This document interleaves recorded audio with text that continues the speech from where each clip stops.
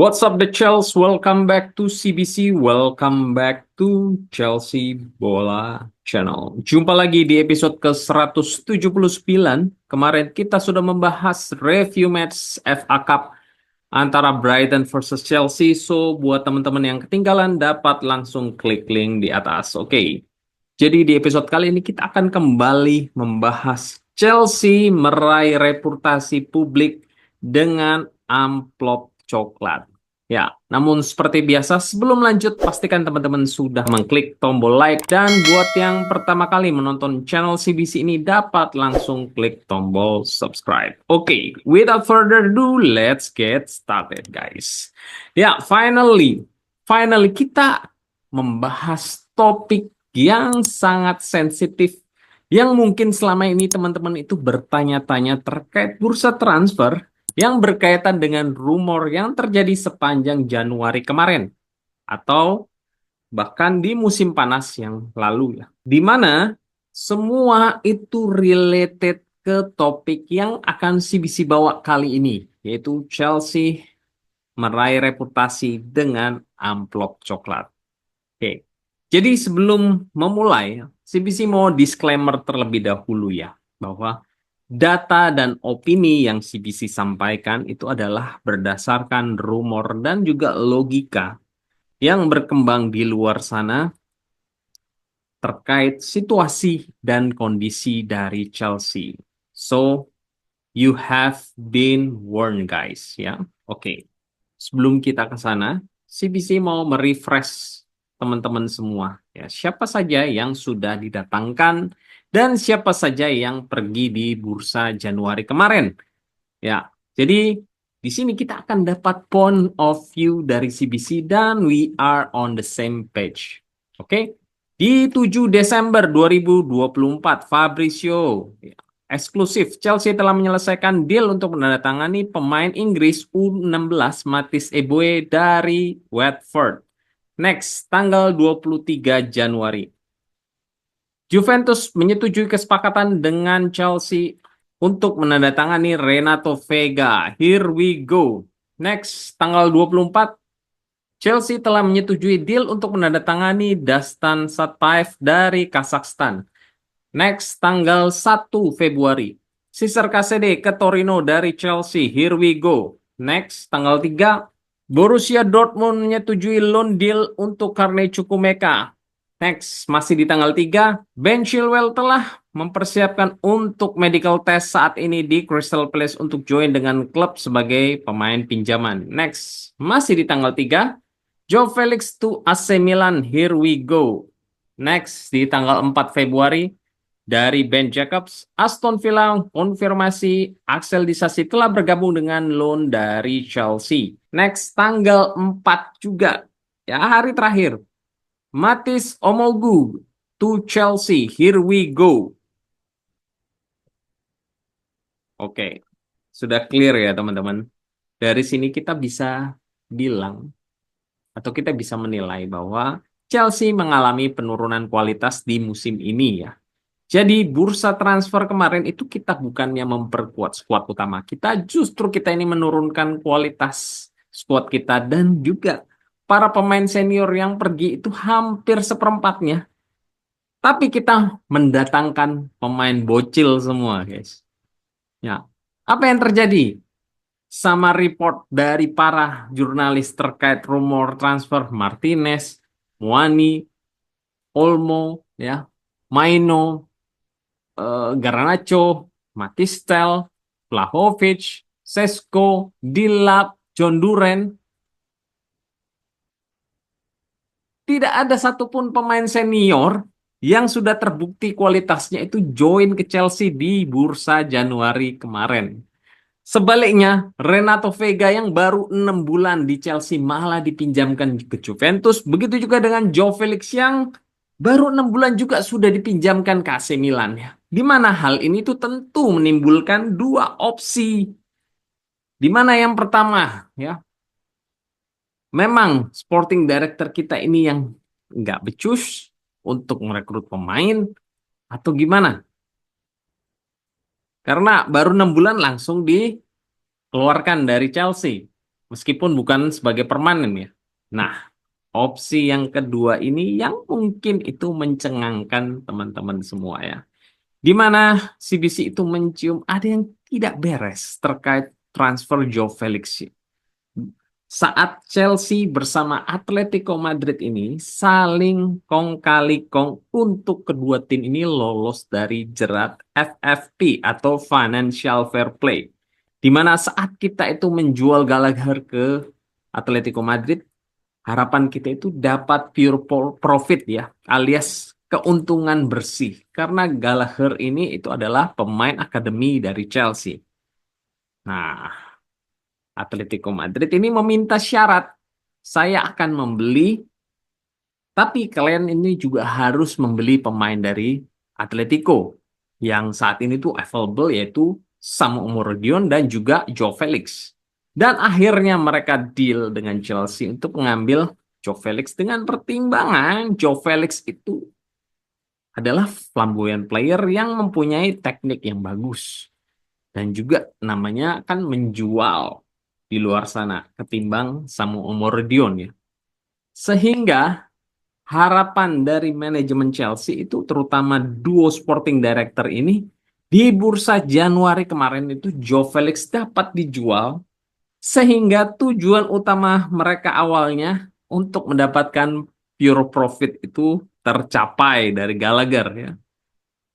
Karena kedua pemain ini itu kan nilai transfernya hampir sama ya, 11-12. Lah, jadi mungkin saja Maresca ini sudah mengetahui skenario tersebut sehingga Joe Felix ini tidak diberikan peran yang terlalu besar untuk mengangkat tim ini. Karena tahu endingnya itu akan dijual lagi di Januari ya. Jadi dia itu mending mementingkan mengandalkan para pemain yang pasti-pasti aja yang akan turun satu musim penuh di pertandingan-pertandingan Liga Inggris. Ya, sekarang terbukti. Dan bisa terlihat kan di saat kita ini tidak punya striker pun ya kita ini tetap insist meminjamkan Joe Felix. Logikanya Joe Felix itu kan 2 musim lalu bermain di Chelsea itu sempat beberapa kali berperan sebagai false nine ya. Dan it works guys. Jadi cukup aneh menurut CBC itu di dalam satu tim hanya mengandalkan satu striker saja dari awal hingga akhir musimnya.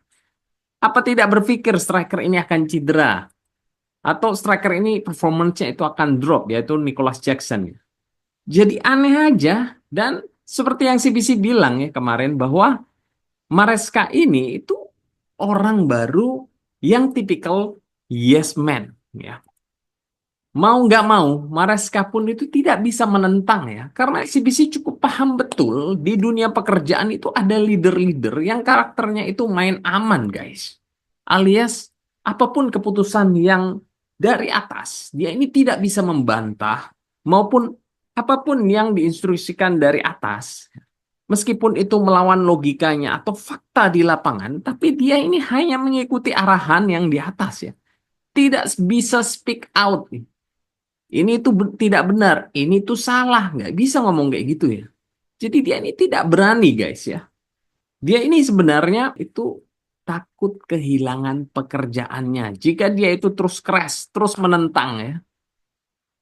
Dan yang menderita itu anak buahnya. Nah, ada kemungkinan hal itu juga terjadi di Chelsea ya. Apalagi Maresca ini kan tanda kutip bukan siapa-siapa, tapi diangkat untuk menjadi pelatih sekelas klub besar Chelsea. Jadi apa kata sporting director, apa kata owner ya dia iya-iyain aja ya. Bahkan di press conference pun dia ini berkata, ya bursa transfer kemarin itu berjalan sesuai harapan dan sesuai rencana. Karena apa dia ngomong kayak gini? Karena dia ini takut guys ya. Takut kalau dia ini akan dipecat ya. Kalau dia itu ngomong apa adanya. Masa 6 senior pemain itu pergi dan tidak ada pemain senior satupun yang datang ke Chelsea dan dibilangnya itu berjalan dengan lancar, berjalan dengan sesuai rencana, berjalan dengan sesuai harapan. Sekarang kita bisa lihat ya, kemarin pertandingan perdana Joao Felix itu dia mencetak gol dan AC Milan itu menang 2 kali beruntun. Dan kemarin CBC itu juga heran. Pasca pertandingan FA Cup dia itu bilang positifnya dengan kita tersingkir di FA Cup kita ini bisa fokus di Premier League dan juga Conference League. Hey, di mana DNA dari Chelsea Football Club, guys? Are you kidding me? Apakah kalian ini mau mengganti DNA dari Chelsea ini yang sudah berjalan dengan sukses 20 tahun terakhir dengan standar Brighton? Dan CBC belum selesai ya bahas akan hal ini. Besok CBC akan bahas terkait DNA dari Chelsea. Sekarang kita balik lagi ke topik pembahasan. Ya. So, pertanyaan terbesarnya adalah apakah selama ini rumor transfer semua yang diberitakan oleh para tanda kutip jurnalis baik itu Fabrizio Romano, baik itu Ben Jacobs, David Ornstein, Matt Lowe, dan yang lain sebagainya itu benar-benar terjadi? Apakah para jurnalis itu bekerja berdasarkan fakta dan data dari apa yang terjadi di internal manajemen klub masing-masing klub itu sendiri? Dari manakah datangnya sumber informasi para jurnalis ini? Kalau dari internal manajemen, well, apakah mereka ini memberikan tanda kutip sesuatu kepada narasumber terkait internal yang membocorkan informasi tersebut kepada mereka? Apakah tanda kutip oknum para jurnalis ini mendapatkan tanda kutip amplop coklat dari para klub untuk membuat suatu berita? Gimana teman-teman? Sudah mulai paham atau belum? Pertanyaan terakhir. Dan pertanyaan ini cukup mencengangkan. Apakah, tanda kutip, oknum para jurnalis yang kita sudah tahu reputasinya itu mentereng di dunia internasional itu dalam membuat berita berdasarkan fakta dan narasumber terpercaya atau hanya berdasarkan briefing dari klub-klub terkait? CBC ulangi.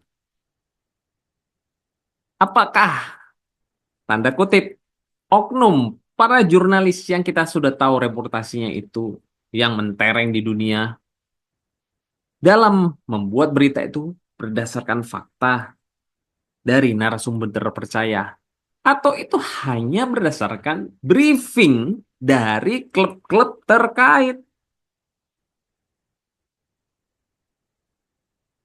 Ya, berdasarkan rumor yang berkembang, CBC mensinyalir ada beberapa oknum jurnalis yang mungkin membuat suatu berita terkait transfer itu berdasarkan hasil briefing atau orderan dari para klub. Dan kemungkinannya ya, CBC garis bawahi, kemungkinannya itu ada 2 orderan dari klub-klub ke para oknum jurnalis untuk dijadikan headline. Oke, tipe orderan yang pertama.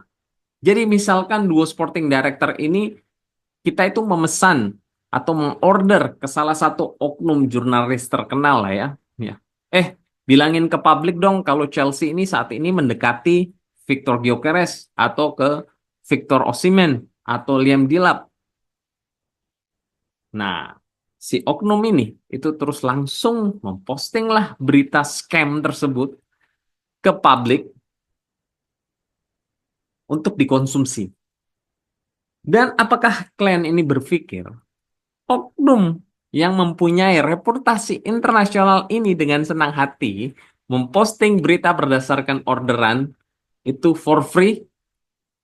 Oh, tentu tidak, bos. Tentu tidak, bos.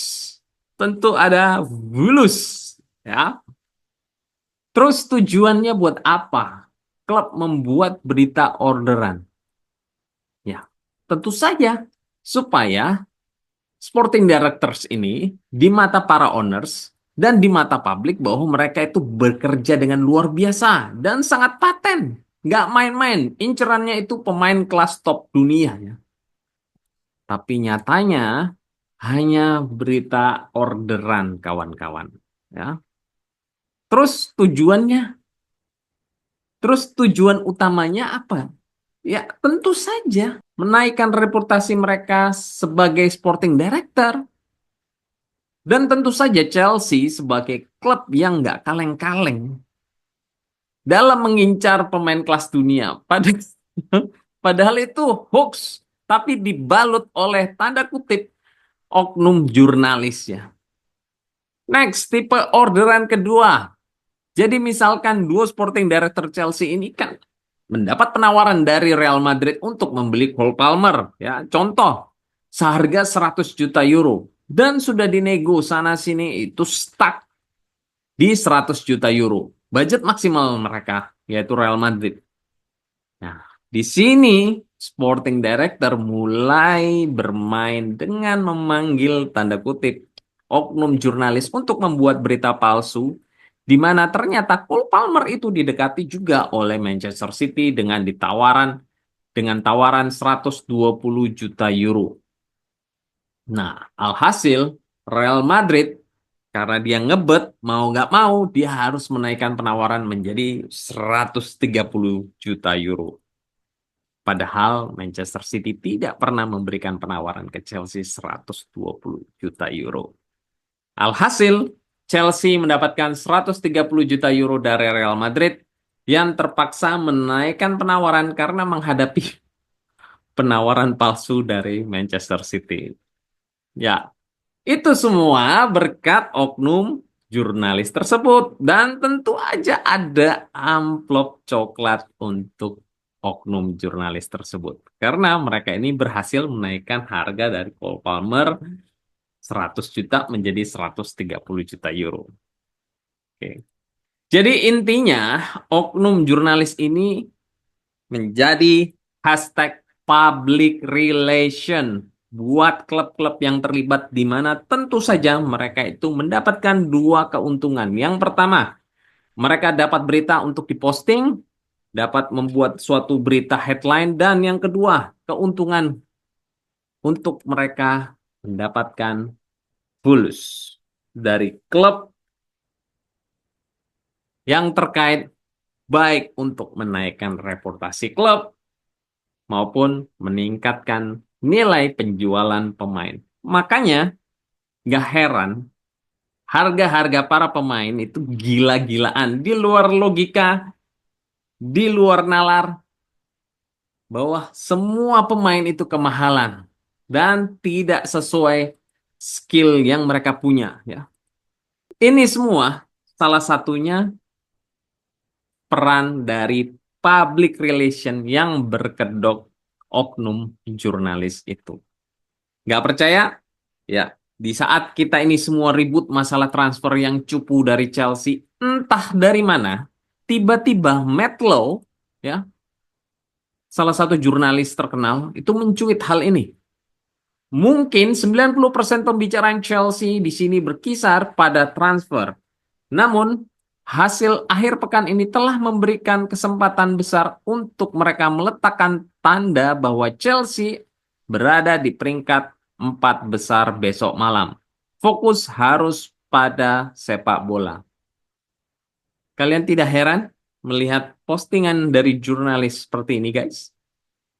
Tidak perlu disuruh, kita itu juga sudah memperhatikan pertandingan yang akan berjalan. Terus apa urusannya sama Anda yang sebagai jurnalis mengingatkan kita sebagai fans tidak usah ribut tentang bursa transfer dan lebih baik fokus ke pertandingan. Apa urusannya? Ini jelas-jelas pernyataan orderan dari manajemen Chelsea, guys. Gimana? Bukti belum cukup? Oke, CBC cerita singkat saja ya. Kemarin setelah ribut-ribut masalah pencaloan tiket pertandingan di website Vivid Seat, itu kan banyak berita yang sudah diliput di mana-mana, Telegraph, New York Times, Mail Sport, The Guardian, Goals, dan lain sebagainya. Herannya para oknum jurnalis ini yang biasanya itu memuat postingan tidak hanya bursa transfer, tapi juga berita mengenai sepak bola seakan terdiam. Terdiam 1000 bahasa. Bahkan mereka melakukan repost dari postingan berita itu pun tidak. Jadi semacam kayak ditutup-tutupin gitu loh. Apakah mereka ini takut bahwa mereka ini tidak akan mendapatkan amplop coklat yang biasanya mereka dapatkan dari kantong-kantong manajemen Chelsea? Hah? Such a shame, guys. It's ridiculous. Bener-bener parah banget ini duo sporting director kita, guys. Demi reputasi mereka, mereka mau melakukan ini semua supaya posisi mereka itu aman dan nyaman duduk di jabatan kursi sporting director.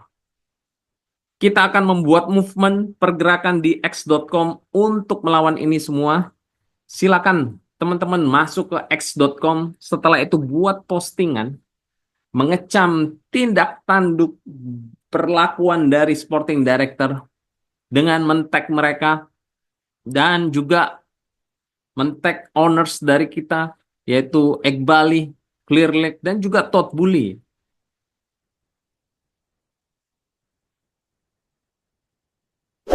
Tag mereka semua, suarakan suara kalian untuk kita fokusnya memecat duo sporting director yang sampah ini. Get out, man. Oke, I think that's all di episode ke 179 kali ini. Don't forget to support channel CBC ini by subscribe, like, dan share. Thank you for watching. Take care, God bless, and keep the blue flag flying high. Come on the Chels.